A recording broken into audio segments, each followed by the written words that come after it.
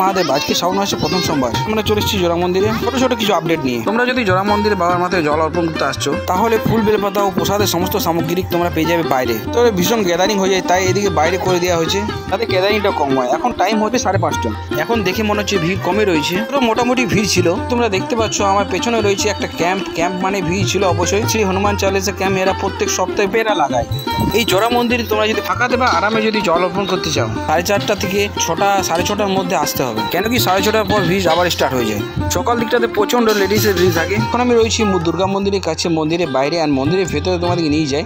দেখতে পাচ্ছ ঢুকে এখানে পণ্ডিতজি বসে আছে আর ভিড় মোটামুটি লেগে আছে, প্রচুর মানুষ রয়েছে এখন ভেতরে। মানে যেহেতু 6টা পেরিয়ে গেছে, মানে ভিড় স্টার্ট হয়ে গেছে দেখতেই পাচ্ছ। প্রত্যেক সপ্তাহে জোড়া মন্দিরে আমরা ছোট ছোট করে আপডেট দিতে থাকবো কেমন কি ভিড় হচ্ছে না হচ্ছে। শ্রাবণ মাসে শিবলিঙ্গতে জল অর্পণ করার একটা ফল আলাদাই রয়েছে, তাছাড়াও বাবার প্রতি ভক্তদের টানই আলাদা রয়েছে। শ্রাবণ মাস এলেই প্রচুর ভক্ত ছুটে আসে বাবা মন্দিরে। তো চলো মহাদেবের দর্শনের সাথে আজকে মিনি ব্লগটা করছি এখানেই শেষ। দেখা হচ্ছে পরবর্তী ভিডিওতে। সুস্থ থাকো, ভালো থাকো, জয় হিন্দ, জয় ভারত।